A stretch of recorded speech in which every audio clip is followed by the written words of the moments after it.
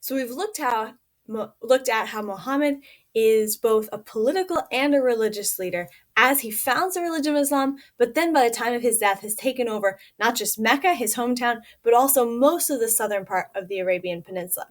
This combo between the political as well as the religious forms a new kind of governance known as the caliphate.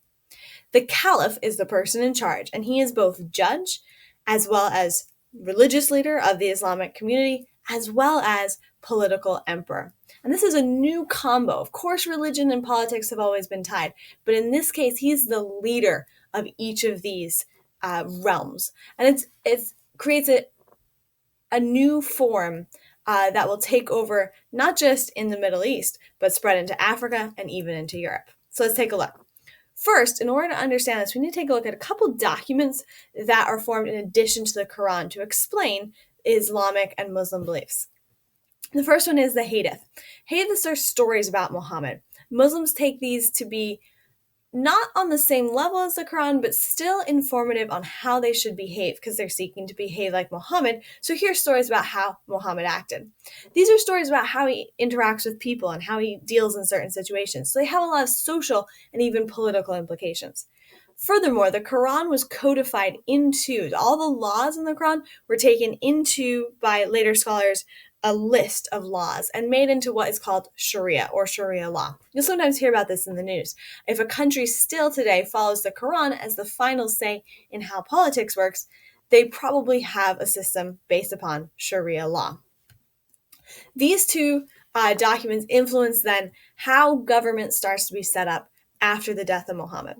At first, when Muhammad dies, the question is who will succeed him, both as the religious leader and again as this political person. And the one who steps into his place is a friend called Abu Bakr. Bakr is a pretty good caliph at first. He continues the policies of Muhammad, but after his death, more division happens as they question what is it that makes someone qualified to follow after Muhammad. The first four caliphs who are again involved in this conflict, however, together expand even double the size of the Islamic Empire. Look at the light blue here on this map. That was the expansion under these early caliphs. A couple things happened in the time of the early caliphs. First off, as they started taking over cities, they follow Muhammad's principle of conversion by force if necessary. People are given the option. They can convert to Islam or they can face destruction. If they are a person of the book, which means a Jew or a Christian, they were allowed to remain as long as they paid a head tax. I'm not going to attempt to pronounce it. It's spelled Jizya, and jizya is the head tax. But this head tax made it so that these people could still remain in their town, but they were second-class citizens, if citizens at all. This starts to lead to a social division, even within the empire, between Muslims and non-Muslims having different privileges because of their position to both the religion. So their politics and their political position is determined, again, by this religion, which makes it a caliph. Also, another division that we start to see is within Muslims themselves. The Sunni believe that the person who should be in charge of the caliphate is someone who follows Muhammad's beliefs and ideas. A friend is fine. Another Muslim who's devout is perfect. Whereas the Shia brand, or the Shiites, and this division, believe that it needs to be a family member, almost as though it's a family dynasty that needs to be carried on. This leads to pretty heated disputes, so much so that it leads to the end of the next dynasty as these divisions only continue to increase. I'm just going to pause here in terms of the chronology to focus in then on these guys called the Sufis. They're the third part of Islam, the third branch of it, and they're much less focused on politics or doctrine, what the Quran actually teaches, and much more mystic, which means more spiritual, more involved in enhanced activities to make them feel a certain way towards the religion. They're the ones engaged in certain dancing or sometimes augmented through alcohol to have an impact upon their spiritual experience. After the four caliphs, to go back to politics, after the four caliphs die, a more formal dynasty comes into place with the Umayyads. The Umayyads expanded, you can see this in the map, green. They expand all the way through Persia, they expand across the whole northern border, and even into Spain. They attempt to push into the kingdom of the Franks, which was at the time ruled by a guy called Charles Martel, but he meets them at the Battle of Tours and pushes them back. Kind of a signal to the turn, or a significant turn for Europe, in that they don't become taken over by this Islamic empire, which is otherwise taking over much of what used to be Rome. Also significant is because they weren't able to enter Europe that way, the Muslim empires will continue to try to enter Europe through the Byzantine Empire on the eastern side of things. Finally, it's significant because even though when the Umayyads fall because of these divisions between the Sunnis and the Shiites, the kingdom of Spain remains. It's called Muslim Iberia, and it will remain a predominantly Muslim kingdom for the majority of the Middle Ages.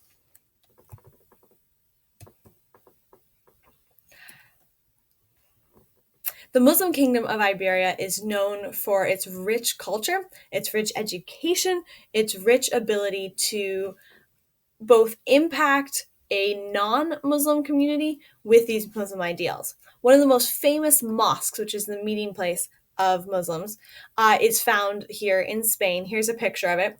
Its name is Al-Andalus, which is known for its multiple arches, its 19 hallways through the archways, and also a symbol kind of, again, that Romanesque. You see again the Corinthian columns, a blending of cultures, and Islam taking on the local, still Roman aspects that have been left over. Nevertheless, it does become the center of Muslim and Islamic discovery. So Muslim scholarship and Islamic discovery. As there's a library there, there's a university that starts to be established, and it's here that we start to see some of the growth and interaction between Muslim scholars that will eventually come back into Europe. When Rome fell, much of Europe was unable to maintain and keep its educational rigor. And yet there's still these books. And the books tend to be housed either by the Byzantines or by Muslim scholars. And it's really important that here they're being taken in, they're being translated from the Greek or Latin into Arabic and being preserved by these Arabic scholars. The Muslim Iberia remains its own and independent state even when the caliphate somewhat changes to the Abbasids. The Abbasids move their capital from Lower Saudi Arabia to Persia, and in that sense make an alliance with the previous Persian empire, the previous Persian administration, that enables them to maintain a quite colorful and culturally diverse empire, while still remaining a caliphate, still connected to the system of Islam. So in some sense, they're still pulling from the Persians, so that old system, but very much a new system based upon Islam. Some of their major accomplishments are because of the influences from other empires. So for example, as I just mentioned, their art as well as their political administration is impacted by the Persians. They collect all these Greek and Roman texts. And in fact, one of the first scholars that we see trying to combine faith with philosophy and trying to use reason to explain faith, excuse me, is not medieval scholasticism, which you'll see later, but is in fact some of these Muslim scholars, for example, Ibn Rashid, who writes an entire book trying to combine Aristotle with Muslim beliefs. Furthermore, their interaction with India, as through the Abbasid dynasty, they're coming up right to the border of India. They come in contact with certain mathematical and scientific discoveries from the Indians, including zero, which of course has to be invented, that you could have a symbol for nothing. How weird is that? And then the astrolabe, which enables them to travel by the stars. Furthermore, medicine and political science is developed by these guys, Ibn Sina, Ibn Khaldun, and other scholars flourish during the time of the Abbasids for Islam in general, as they're producing a political system that is religiously vibrant, and also producing culturally and internationally recognized accomplishments. All of this comes to an abrupt end with kind of a philosophical shift as well as a political change. The Abbasids are politically destroyed, which we'll look at in just a second. But even before that, their golden age is ended by a change in which people began to believe that faith and reason simply could not be reunited. This is partly because of a guy called Al-Khazali, who argues against what Ibn Rashid did of trying to combine Greek philosophers who aren't religious with this religion of Islam. It is a marked difference still to today that most of Islam believes that submission means not using logic to seek to unify both outside evidence with religion. Furthermore, political troubles destroy the Abbasids as well. Those political troubles include an internal enemy known as the Seljuk Turks. While the Abbasid Empire officially continues, the Seljuk Turks start to take over most of the power, even pushing against Constantinople, which is going to lead into the Crusades, which will come at a later date. The Abbasids officially come to an end when the Mongols siege their capital, Babylon, and take it, because they're the Mongols. And thus ends the period of growth and expansion in the golden age of the Islamic Empire.